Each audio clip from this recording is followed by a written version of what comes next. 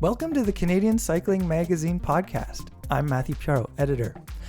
And with me is Dan Walker. Hey, Dan. Hi, Matt. How's it going? Good. How are you? You had a really big ride recently. Yeah, rode all the way up from downtown Toronto to Collingwood area. How many clicks was that, eh? Bang on 150. Oh, I know. That's nice when it's a nice monster, round number, isn't it? That's good. Did you have to do circles until you got to 150? No, getting lost helped with that. Perfect. You know. Perfect. Isn't that lucky? Yes.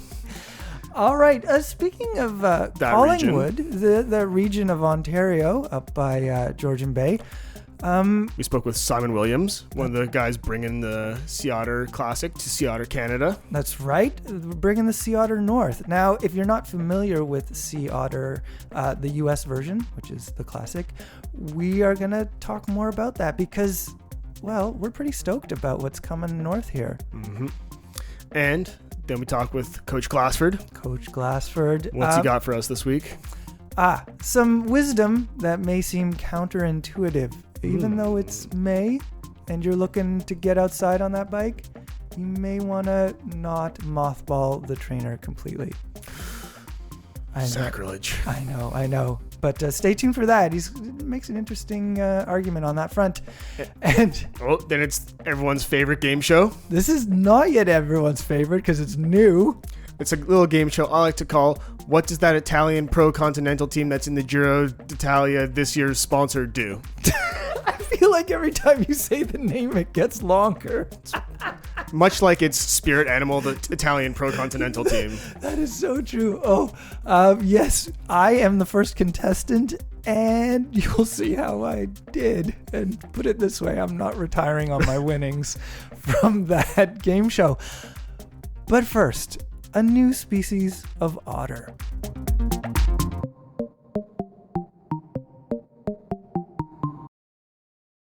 Wouldn't it be great to celebrate the start of summer with a big bike festival? Something that included mountain bikers, roadies, gearheads, and that could also be fun for families too? Well, some folks in Southern Ontario wanted to create a festival just like that, and they did. It's called Sea Otter Canada.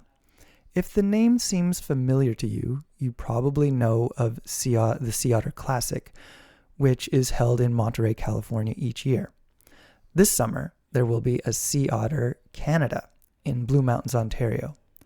Dan and I spoke with Simon Williams, one of the founders of Sea Otter Canada, so he could tell us all the cool stuff that you can check out early this July.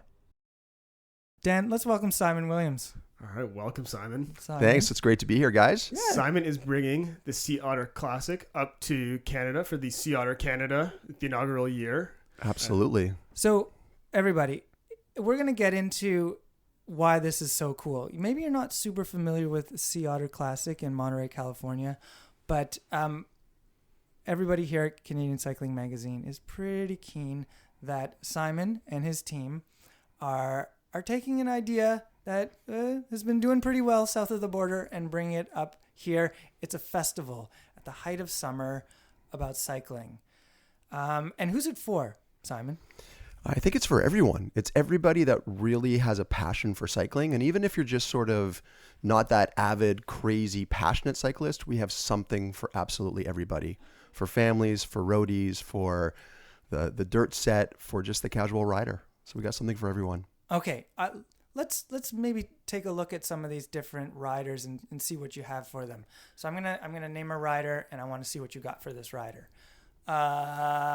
Drop bar, roadie, spandex dude. What do you got for him or her? Yeah, no, absolutely. So we have 5 different road events, and they're all very different. Some are kind of unique. Some are sort of the things that you would, expect from a road ride festival. But it starts on the Thursday, July 4th. So the festival runs July the 4th to July the 7th up at Blue Mountain, Ontario, just outside of Collingwood. So it's a spectacular area that is amazing for dirt, for road, and for gravel. So we've got the best of all worlds up there. But the road rides really start on the Thursday before the expo opens, and it starts with what we're calling the Canadian Hill Climb Championships. So basically 7 or 8 kilometers or so straight up the Pretty River Valley Road. It's spectacularly beautiful, and it gives you a chance to sort of measure yourself against some of the best in Ontario, maybe in Canada. So this is your time to chop off your handlebars, drop the bottle cages, just go full weight weenie, one by setup. No, we here at Canadian Cycling, we do not recommend putting Drillium in your bicycle. Keep that out of your parts. No extra holes. No extra holes. And actually, though, we're going to put this in the show notes. Contributor Molly Herford has some tips on doing well at the hill climbs in Collingwood. Now, let's say you're a more casual rider and you're coming up. You like to ride your bike. What are opportunities for said cyclist? Sure. So if you're more casual, I mean, I like, the first day is really a little bit more for the racing set. So it really is about the Canadian Hill Climb Championships and the crit, which goes right through the village. And if you haven't raced a crit before in your life, I don't think this is the time to start. But you can watch. But you can watch, and it's super cool. Yeah, that's the fun thing. Just grab a beer on the patio, watch the crit go by, watch them take those corners. Oh yeah, the hot corners. Yeah, that'll be super fun. But if you're just if you want to try your first gravel ride, we have that for you. It'll be epic and beautiful, straight up the escarpment. When I say straight up, I mean it's achievable, it's rideable. We got a 40 kilometer and an 80 kilometer, and then the next day is the Gran Fondo, and we got a 40, an 80, and 120. So it's really quite accessible for most riders. Certainly, if you want to do your first gravel ride or your first Gran Fondo, that's a great place to start. Nice. I like that democratic nature of these events, and there are some fondos out there that are more competitive, but there's also some that are, just come on. It's a good ride on. Are the roads partially closed, or do you have rolling closures? How does that work? For the Gran Fondo, we have a rolling closure, so that lead group will have sort of protection front and back the entire time, and then the rest of it is basically obeying the rules of the road. Yeah, but when you're riding with others, it just has such a good vibe when you're out there on the road. Oh yeah, absolutely, and it'll be well publicized. Drivers know what to do, and Collingwood's that sort of area. Collingwood and the Blue Mountains is that sort of area where people expect sort of large groups to be on the road. So this is all part of the fun. Right on. Now let's find another person who is going to be at this event. Someone whose bars are maybe straight. Their shorts a little baggier. Shorts maybe a little baggier. Their bike squishes a bit more. What do we have for these types of riders? So 6 on-hill events, which I think is a pretty good number. If you're coming up to Blue Mountain and you want to participate in multiple day activities, now's your chance. And I think that's what's the really unique part about this event as well, is that it's not just about an enduro, and it's not just about a downhill, and it's not just about cross country. We have all those things. So we've got, again, for those sort of people that really want to challenge themselves, see how fast they can, get up a hill, we've got the grind KOM and QOM, which is 2.4 kilometers straight up a dirt track right beside Scenic Caves. It will be it's a tester.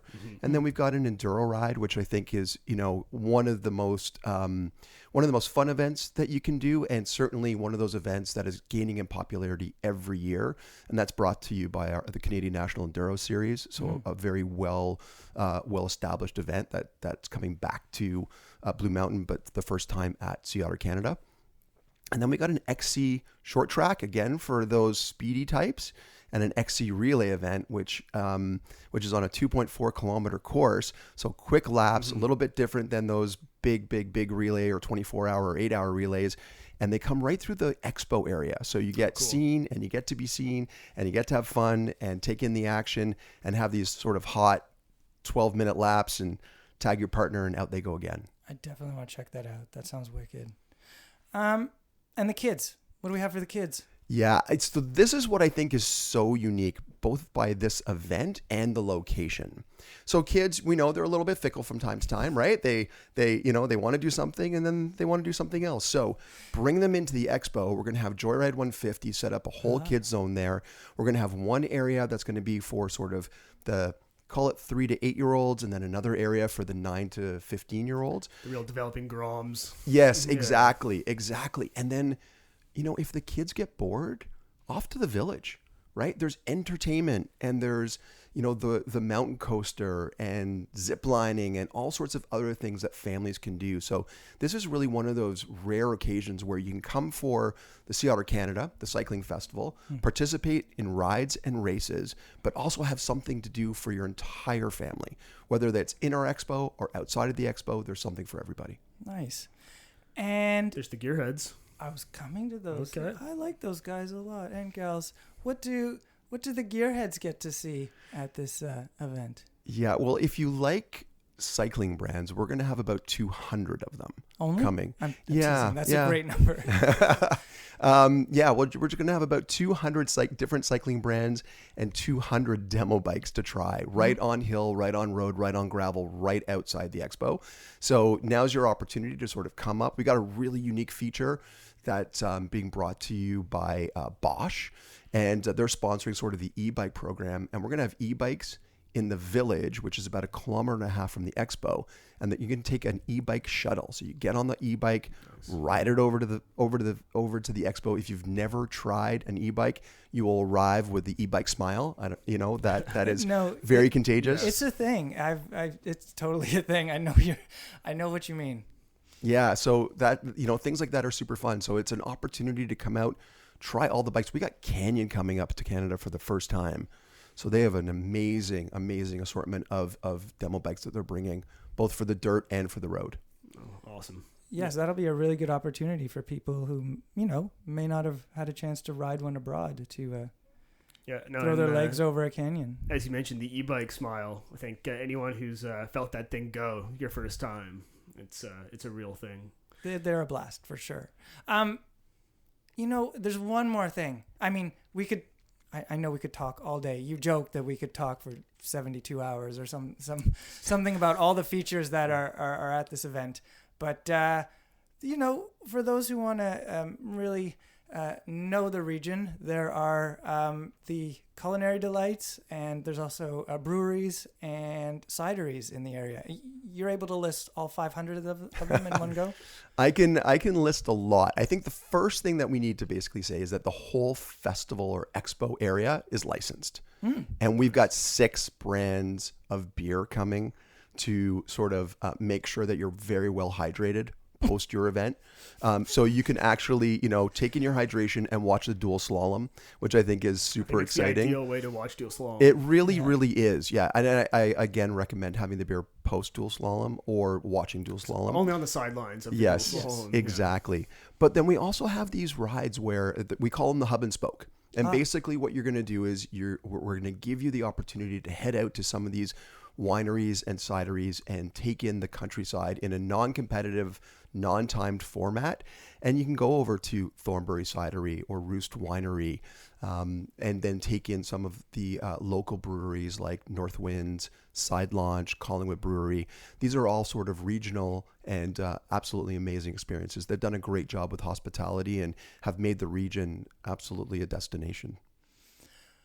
So this event has been going on in the U.S. for almost 30 years.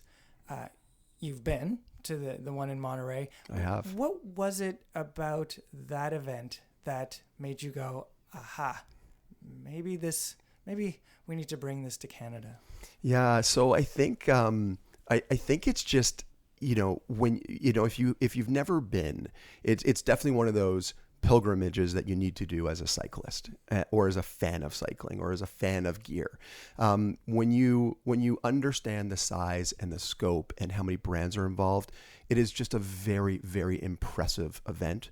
And one of the things that resonated with me more than anything else was how inclusive it was and how they brought the community together. So regardless of whether you're wearing spandex or baggies or armor or you're wearing a tweed suit and riding a Brompton, everybody is included.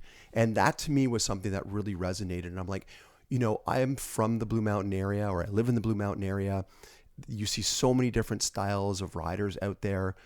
And this to me is a great opportunity to bring the community together in one place at one time to celebrate everything on two wheels. I don't know. I'm stoked. Yeah, that sold it for me there. Well, you also have had experience going to see Otter. We were just there a couple of weeks back for the magazine, and while we didn't get to ride, it is the ultimate tease because there's just so much cool bike stuff if you're a fan of it. So yeah, I can't wait for it to come to our backyard. Right on. Well, Simon, thank you for giving us this preview. And yeah, we're looking forward to the event. Matt and Dan, thank you so much. It's great to be here. Simon Williams is a co-founder of Otter Canada, a bike festival in Blue Mountains, Ontario, running this July from the 4th to the 7th.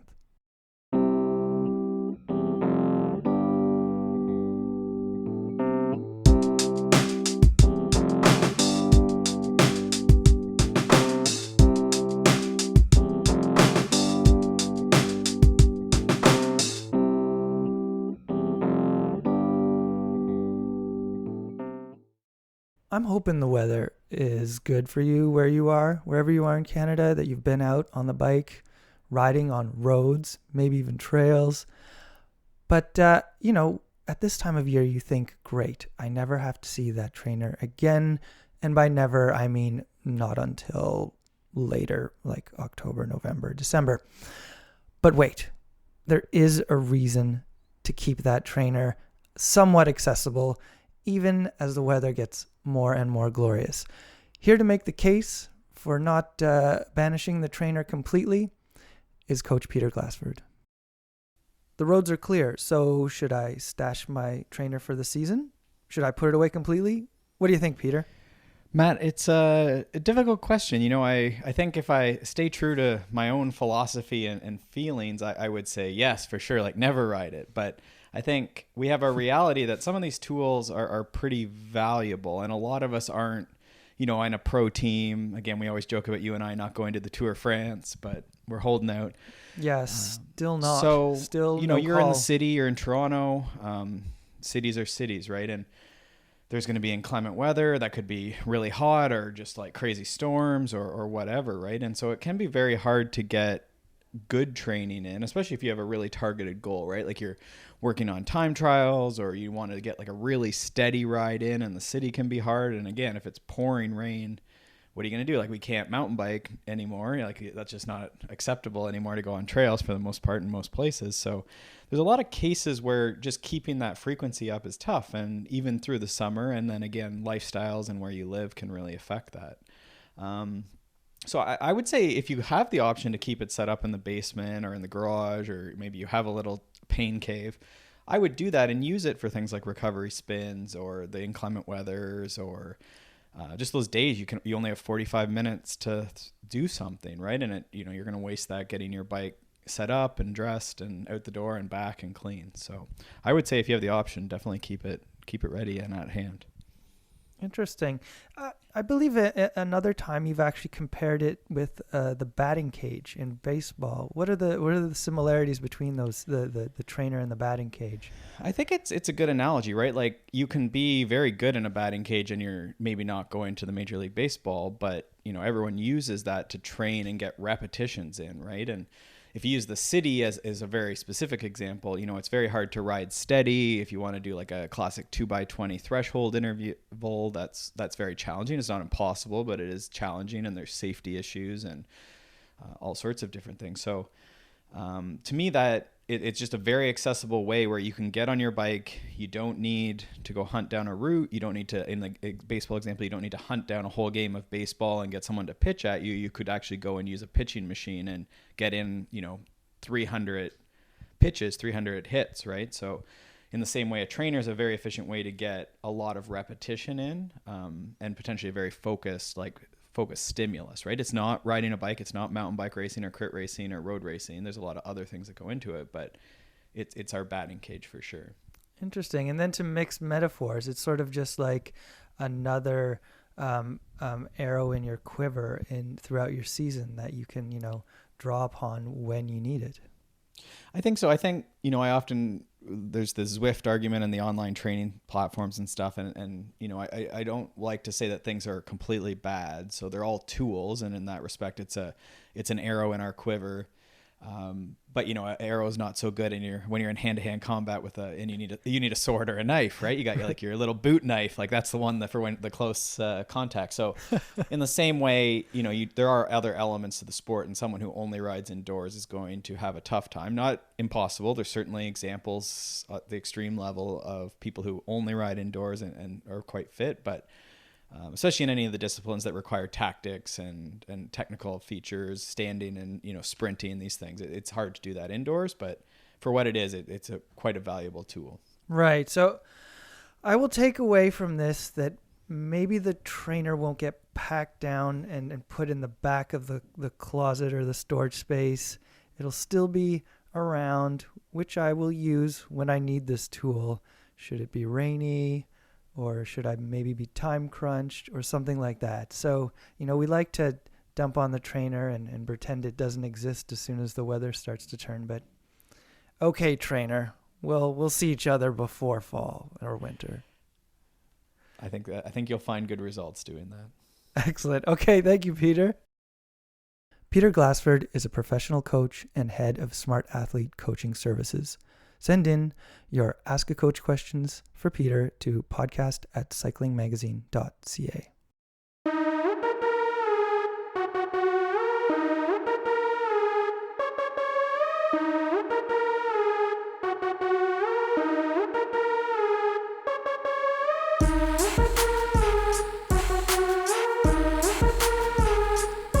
Well, you know what that music means, Matt, don't you? No, that music's new to me. Oh, it's time for a little game I like to call Guess What That Italian Pro Continental Team in the Giro's sponsor does. Wow. Really rolls off the tongue there. You know what? The name of this segment is as clunky as an Italian Pro Conti team name. And that's saying something. That's appropriate. Yeah. Oh, well, okay, well done. I'm keen. What right. What do we got? Starting things off. I'm ready to play. Leading off, number one in your hearts, or number one in the playbooks, I don't know about your hearts, Androni Giancottoli Sidermec. Now, this team has been around for a while, yes, and they've been doing pretty well this year. There's Fausto Mezzanotte won, I think, 2 stages at Tour of the Alps. You don't get enough people named Fausto anymore, do you? Well, how many? That's ridiculous. like Fausto. There's Copy. There's Copy, yes. Oh, yes. And then also, that totally caught me off guard. I'm like, I can't answer that. Yeah. Maybe if you're in Italy, you know more Faustos. Possible. Okay. And then Andrea Verdo, I'm going to butcher his last name, Vendraname. He won Trobro Leon. So, yes. He doesn't get to keep the pig, though, does he? Well, no, because he's not Breton. I think No. you have to be Breton to keep the pig. They should get another animal for the actual winner. I'm sure the livestock at that race is just fantastic. What does the team do, though? Okay, on target here. Well, it sounds like a triplex of team sponsors, but it's really only 2. So it's that's Androni Giancottoli. I think that's how you say that. Is that right? Sounds pretty good to Okay. me. So we're gonna guess what they do first, Matt. What industries are in Italy still? Furniture. I didn't think so. That was a lame guess. Can I get another guess? Yep. Okay. Fax machines. Wow. Though they might be equally as outdated, but they make beach toys and something that looks like off-brand Lego.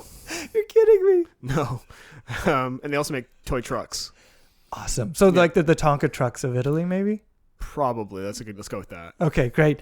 And the other name in the mix, Sidermec, that sounds techie. So maybe something more current than fax machines. They do, I'm guessing, let's say servers. Servers? You would be incorrect. So as far as I can gather on the website, it's as far as you can get. Is there no English? It's English, but Okay. Yeah. Tin plates and steel plating that can be used for a variety of, like industrial kind of stuff? uses. Okay. They had an example of, one of the stovetop espresso makers. I think Bialetti? Their metal might go into one of those. Oh. They had a nice video about the art that's made from their tin or steel. Okay. No. I mean, I feel this is maybe a bad idea because now I'm exposing my ignorance of these sponsors, and the whole idea is that you put your sponsor's logo on the jersey and people know about it. Okay. Although I did buy an HTC phone back in the day. Look how that worked out for them. They're still around. I'm doing everything I can. Okay, on to Nippo Vini Fantini Faizzane. Nippo Vini Fantini. That's a triple. That's a 3-team sponsor there. Nippo. A 3-sponsor team. Vini Fantini. Nippo Vini Fantini Faizzane. Okay. Nippo. Oh, wait. Are any of these bike industry?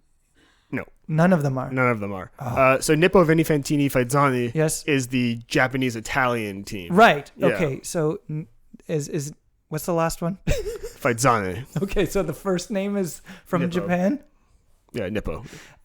Is that like a tourism thing? No. No. Is it? It's industrial. Oh, that's all this industrial stuff. It's a theme. Cotter pins. What is that? It's a kind of a fastener. Okay.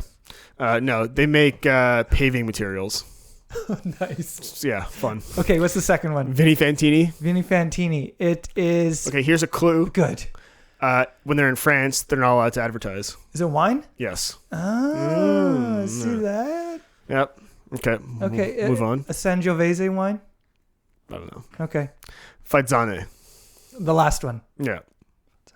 I feel there's so much industrial stuff. I want to go that direction. Go that direction. Follow your heart, Matthew. Tires. No. Big tires. No rubber. No rubber. Housing construction supplies. Okay. So again, as far as I could gather from their website, it looks like they make metal bolts and tubes. Wait a minute. That's a fastener. Those are fasteners. Did you say fasteners? When did I say cotter pins? I think that was cider mech. Yeah. I can't even remember my guesses. No. Anyways, see, this is educational. Oh, Okay. Our last Oh one. my God. I've just got the wine right. Sweet. Yeah. But I had a clue. Bardiani CSF. Any of those cycling industry? No. That's 2? Yeah. AKA the hashtag green team. Oh, Bardiani is environmental cleanup. No. Well, green team. What's the green for? Because they're green colored. Oh, I thought that was part of their marketing. Bardiani is light bulbs. Valves. Valves. And there's a What Canadian kind of connection, valves? though, for like the beverage and agricultural industries. There's a section about dairy on the website. So, like, when cows are getting milked? Maybe. Nice. I don't know much about industrial valves. Shocking, right? But they do have Bardiani Valves Canada. Oh, sweet. So big Canadian presence. So if you're looking for a team. That's our crypto Canadian team? Possibly. Nice. Okay. CSF. CSF. Oh, it's financial services. No. Think similar to the Valve family. Rubber? Pumps. Pumps, of course. Yes. Okay. Also, I think in beverages and agriculture. Oh, man. So fun. So, Those are fun, aren't they? keep sponsoring bike teams, everybody. Yep. Oh. And maybe one day you'll get a segment on what do the Pro Conti Italian teams and the Giro's sponsors do show. I don't know if the name changed from beginning to end, but still catchy. Nobody knows.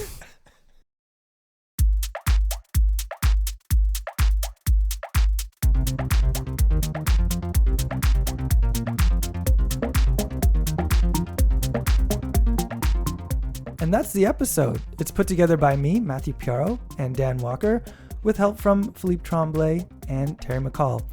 It's produced by Adam Killick. He also composed the music.